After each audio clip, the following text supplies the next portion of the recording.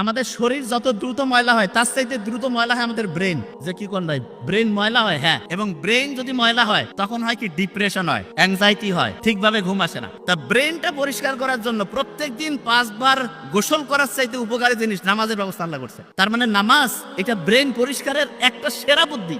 কিভাবে পরিষ্কার হয়? যে অবস্থায় আপনি আছেন শুকরিয়া আদায় করেন। তো এইটা যখন আমি পড়লাম তখন মনে হলো আমরা যে সূরা ফাতিহা পড়ি, আলহামদুলিল্লাহ রাব্বিল আলামিন, আল্লাহ তুমি আমাকে যে অবস্থায় রাখছো ভালো রাখছো, এইটা হচ্ছে 1 নম্বর প্রয়োজন। এবং প্রত্যেক নামাজে প্রত্যেকবার শুরুতে বলতেছি, এবং এইটা জীবনের জন্য 1 নম্বর দরকার।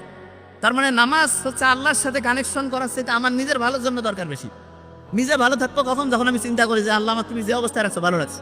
আর দ্বিতীয় কথাটা কি দরকার, সেটা হচ্ছে মানুষ দীর্ঘদিন ভালো থাকতে পারবে, মানুষের ব্রেন সুস্থ থাকবে, মানুষ হচ্ছে উন্নতির দিকে যাবে কখন? যখন কেউ রেগুলার পড়াশোনা করে। কোরআনের প্রথম যে আয়াতটা নাজিল হইল কি ছিল? প্রথম আয়াতটা পড়ো তোমার প্রভুর নামে, ঠিক না? পড়ার কথা বলছে। তা আল্লাহ কিন্তু নাজিল হওয়া প্রথম কথাটা পড়ার সাথে, কোরআনে আমরা যখন সূরা ফাতিহার প্রথম যে আয়াতটা দিয়ে নামাজ শুরু করে প্রত্যেক রাকাতে, সেটা কি ছিল? প্রথম রাকাতে প্রত্যেকবারে বলতেছি, সেটা কি?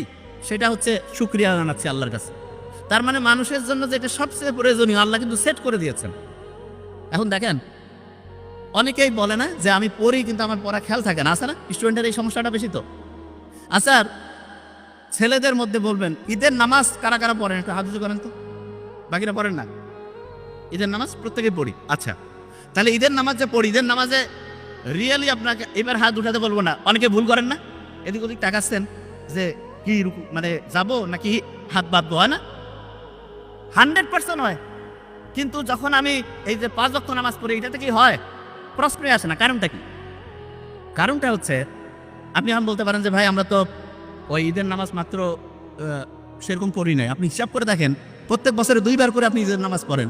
আপনি যদি 20 বছর ধরে নামাজ পড়তেছেন, 40 বার পড়ছেন, কিন্তু তারপর আপনার খেয়াল থাকে না। কারণটা কি?